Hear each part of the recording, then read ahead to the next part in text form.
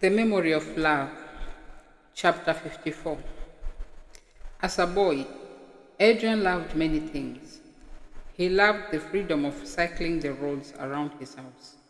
He loved the water, swimming the icy pool of North Sea. He loved to lie on the lawn and feel the sun upon his eyelids. He loved birds in all their varieties.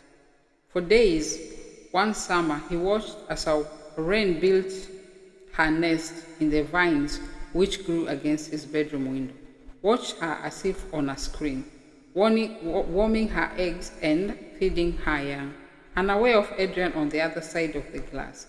Another summer spent by the sea, he had sat up all night listening out for the bittern's echoing call.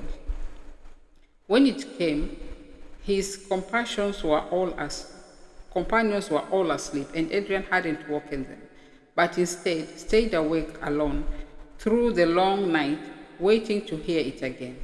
During those hours, he sat hugging his knees in the cold, clear night, surrounded by sleeping bodies, the flat land and immense bowl of the sky, the dark water slipping through the reeds, listening for the call of a bird, so rare as to be all but extinct. He had, for the first time in his life, become deeply aware of his own mortality. It was, he thought later, the first time he had seen himself as a finite being, with a beginning, a middle, and an end. Up until then, he'd never imagined death could touch him.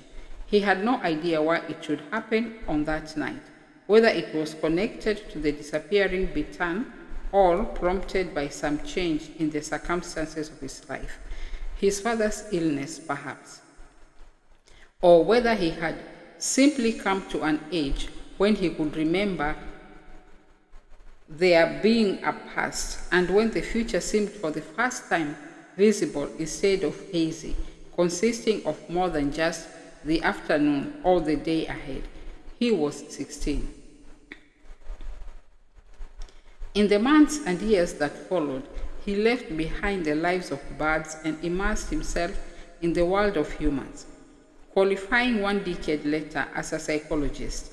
Several years afterwards, in a street in Norwich, he had bumped into one of his companions from the camping trip, now a father of 3, running a dry cleaning business.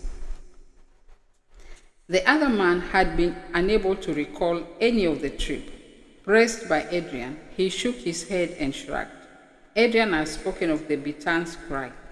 "Not me," said the fellow. "I've lived here all my life and never had a Bitan." And Adrian remembered that nobody had heard the bird but him, and so he had no way of knowing whether it had ever truly occurred. There were days, some, when he imagined the night was nothing but a dream.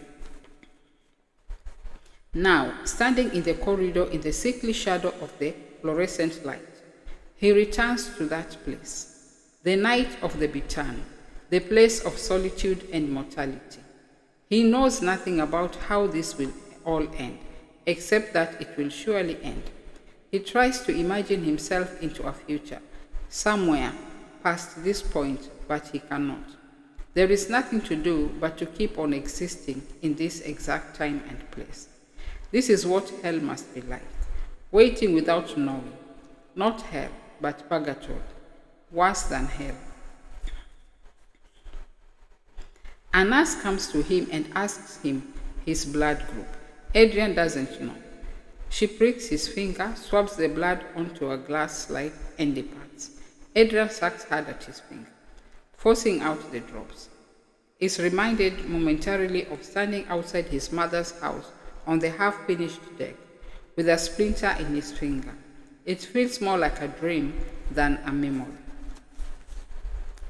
People pass him, going in and out of the operating theater. At some point, he is asked to move, by whom he cannot remember. Told he is standing in what is strictly speaking a sterile area. He is thrown into a small room, given a cup of coffee. He has made few friends at the hospital. Did not think his relationship with Mama K was well known. He is considerably older than most of them. And yet here they are, showing him kindness. At some point in those hours, Mrs. Mara comes by and tries to coax him to wait in her office. Adrian shakes his head. He can barely focus on her words. His body is numb, his brain a vortex of half-formed thoughts. At moments, he paces the room, unable to sit.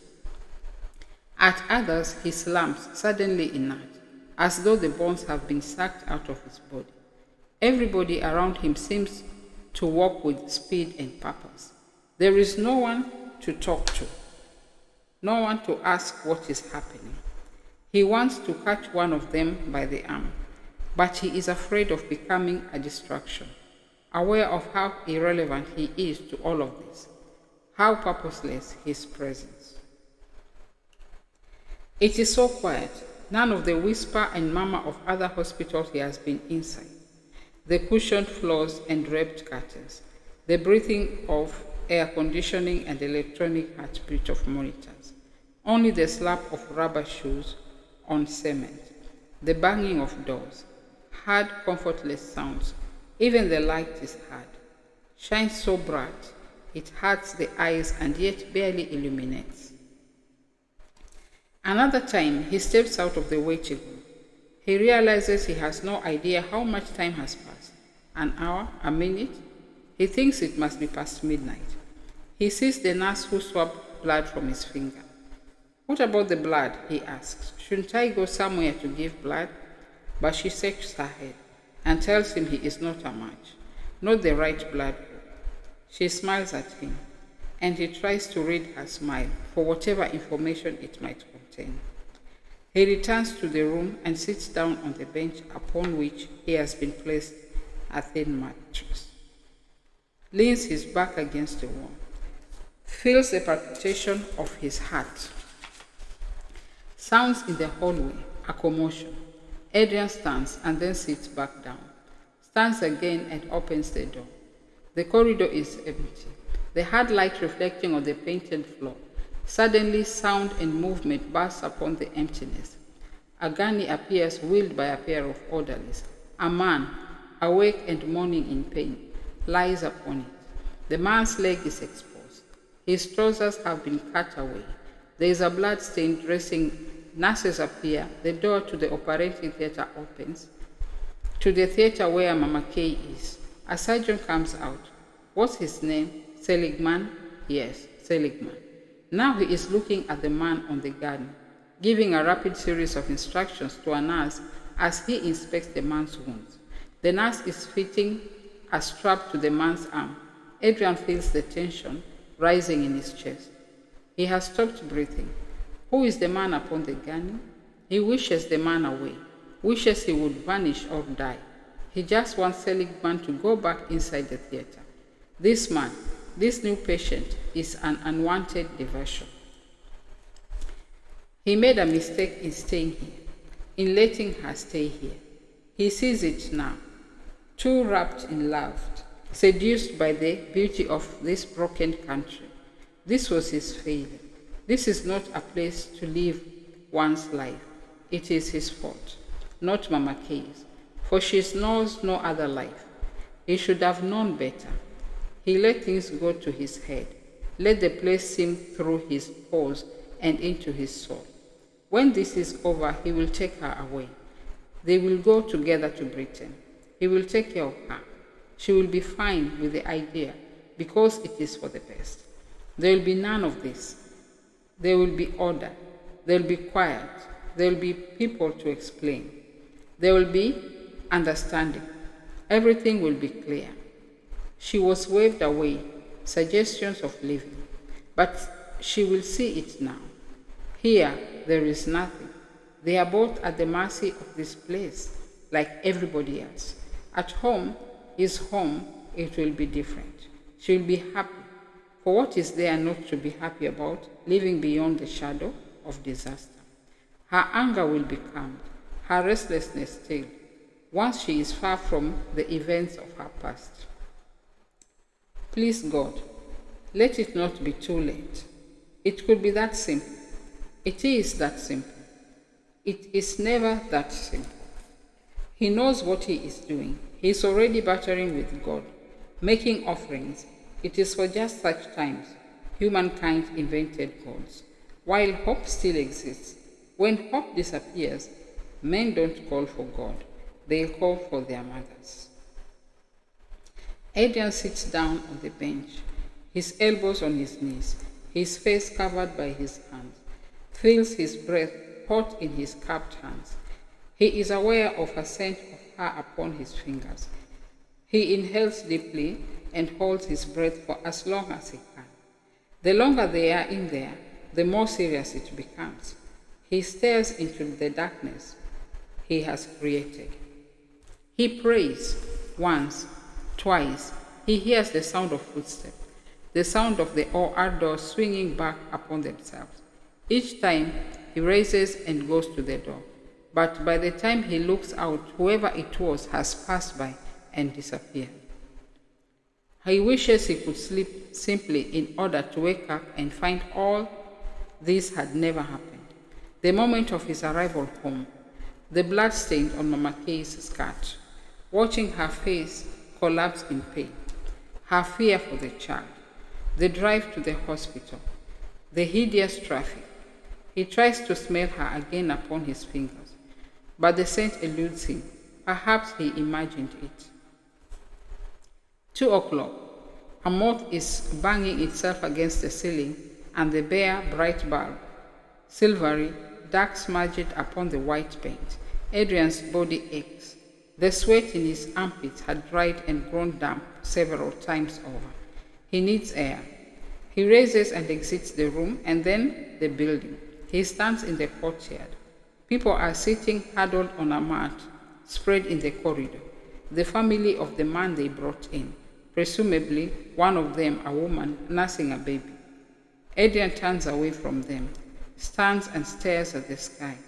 He feels tears well and subside. He takes a deep breath of the warm air. He closes his eyes.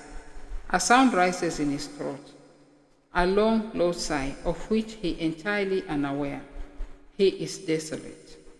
After a few moments, he turns and walks back into the building, down towards the room where he has waited out half the night. As he approaches the last of the doors, he sees through the square pane of glass that the doors of the operating theater are open. They are coming out. He starts to run, sees the first person appear. It is Kai. Kai. But Kai doesn't hear him, doesn't turn or look up, is pulling his mask from his face, and as he walks, his feet barely clear the floor. He does not hear Adrian because the sound of Adrian's call before it began died in his throat. Something in the set of Kai's shoulders. Why is he walking like that? It is all wrong. Adrian pushes the door, begins to run down the corridor. Kai. At the sound of him, Kai lifts his head. Suddenly, he no longer looks defeated, but very alert. He turns square to Adrian, begins to move towards him down the corridor. He walks fast, very fast indeed. It crosses Adrian's mind how strange it is. Kai walking towards him, his head lowered, his arms by his side, fists clenched at such a pace. Now he is lifting his arms. Adrian stops and waits, puzzled and moving. Standing thus, he takes the full force of the push, feels the heels of Kai's hands hard against his chest. Out of his mouth is expelled all the air in his lungs. Winded, he doubles over, sees Seligman hurrying towards them. A nurse eyes round above her mask, Kai's face above his, Kai's voice ringing in the empty corridor, calling Adrian a bastard. Now Seligman is there, a hand on each man, on Kai's arm and Adrian's shoulder. Seligman is pushing Adrian back against the wall, peering into Adrian's face. Adrian wants to speak, to ask Seligman about Mama Kay, for Seligman surely knows and will tell him. He tries to take a breath, to form the words, but he cannot. 4 o'clock. Adrian places the glass back on the table. He watches the movement of his hand, listens to the knock of the glass against the table surface. Opposite him sits Kai. They are in the old apartment, now returned to its former use as a place for on-duty staff to rest. Salt has dried on Adrian's cheek. His skin is dry and tight. He feels the contractions in his empty stomach, but they come without the accompanying desire for food, and he mutes the pangs with shots of whiskey. They sit in silence. Seligman is long gone, knowing he was neither needed nor wanted. The whiskey is courtesy of him. They are neither of them drunk, though Adrian longs to be. A sign from Kai, who sits with his fist clenched, shakes his head as he stares at the floor. For the last 3 hours, his mood has swung the short distance between grief and rage. Adrian has wept, but so far Kai has remained dry-eyed. Sometimes I kid myself into believing it might be over, finally, he says. That what might be over? The dying, the killing. That perhaps the bloodthirsty bastard up there might have had enough for the day, or might pick on someone else for a change. Adrian is silent. Why? Why the fact? I don't know, says Adrian. She survived everything else, survived the war. She was never afraid, you know. I never saw her afraid in all that time. There were times I was afraid. Jesus, yes, but not her. Even when they brought her here tonight, fear equals defeat in her vocabulary. Fear of what? It doesn't matter. The trick is you didn't give in. He changes tense as he speaks of Mama Kay, from present to past to present, like death was a big dog or something. You should never show it. You are afraid. I told her that once. She liked it. Death, the dog, or perhaps it was fate. Yes, fate. You must never show fate. You are afraid. I believe that, says Adrian. What? That she treated fate like a big dog. Kai laughs, as if remembering something else. A moment later, the smile drops off his face, and he clenches his fist again. They sit in silence for several minutes more. I wish I knew what to do, says Adrian. Go home. Adrian blinks and looks up at Kai. Go home, repeats Kai. What in the hell did you ever come here for? Anyway, he speaks, tiredly, and does not raise his voice. Adrian looks down. Well, louder this time. Still, Adrian does not answer. Kai continues, I'm serious. It is a genuine question. Why did you come here? And have you found whatever it was you were looking for? He is slipping back towards anger, of which Adrian has seen plenty that night. To Adrian, a memory of their first meeting here in this room. Kai had called Adrian a tourist, had always questioned his right to be here. Even once they become friends, what makes you think I was looking for something? Kai shrugs, continued to stare at the floor. Everybody who comes here wants something, my friend.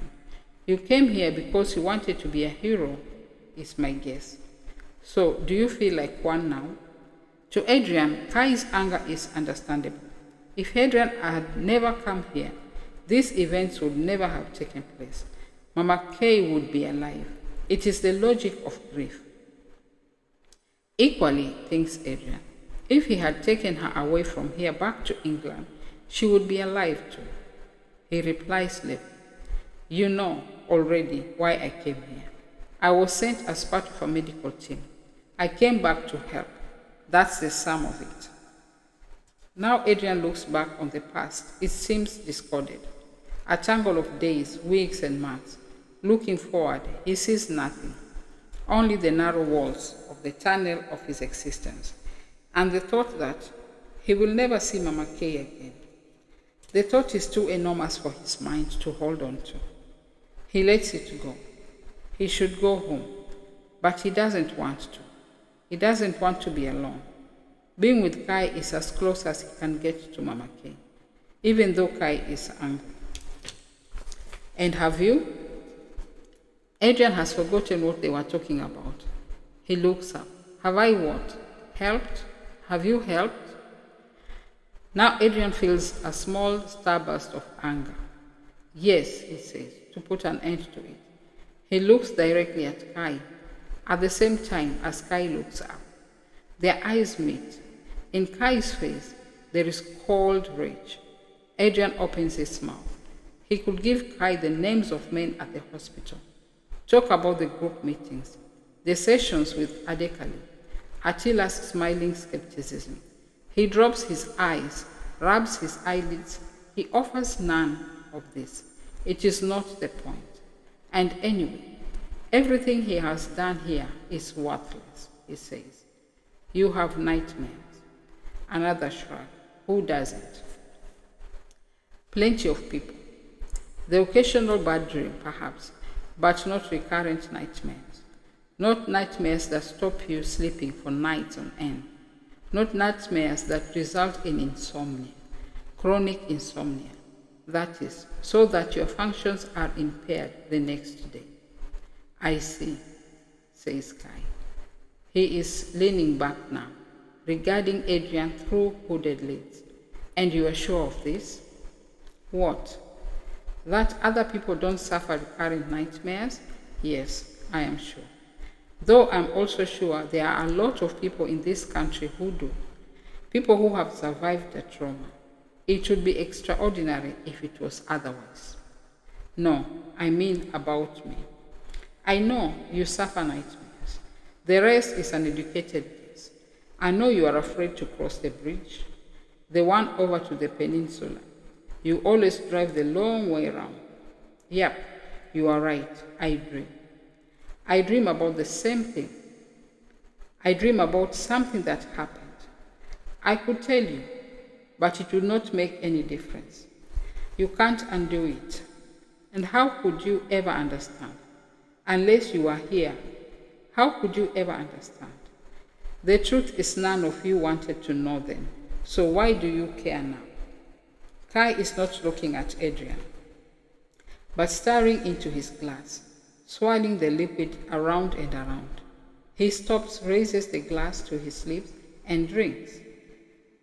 Recommences the same circular movement. On the table lies a small red paper fan. Adrian recognizes it at Mama Kay's, left behind during one of her visits when he still lived here. Maybe even the same day they saw Kai. Adrian reaches for it. You loved her, I know, he says. Yes, Kai replies. I loved her. I love her. He snorts softly again and shakes his head. Silence. Then, there was never anyone else. Adrian raises and goes to the window. A cat moves in and out of the room, its mouth closed around a small animal, a mouse. Death everywhere. Death is so ordinary.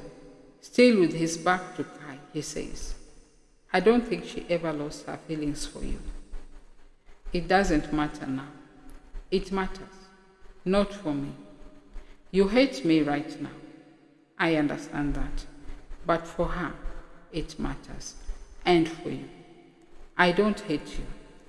I think she still loved you, says Adrian.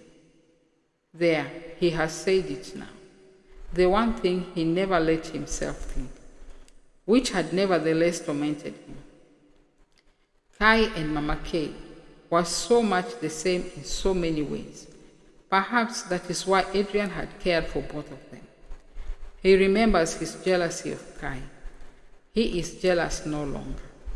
The feeling is gone, obliterated by everything that has happened. A hospital porter, arriving for work, moves like a shadow along the far wall. Adrian watches him until he rounds the corner. Life going on as normal. Isn't that what the bereaved always say? How everything seemed so normal. The day their lives were changed. The blue sky, the falling leaves, the song on the car radio, the car crash. Nothing to do but pour more whiskey.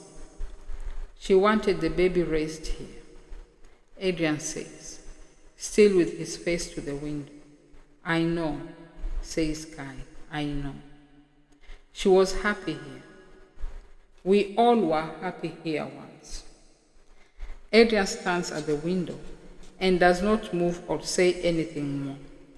Behind him, he can hear the swirl of liquid in Kai's glass. After perhaps 10 minutes, he goes and sits down again.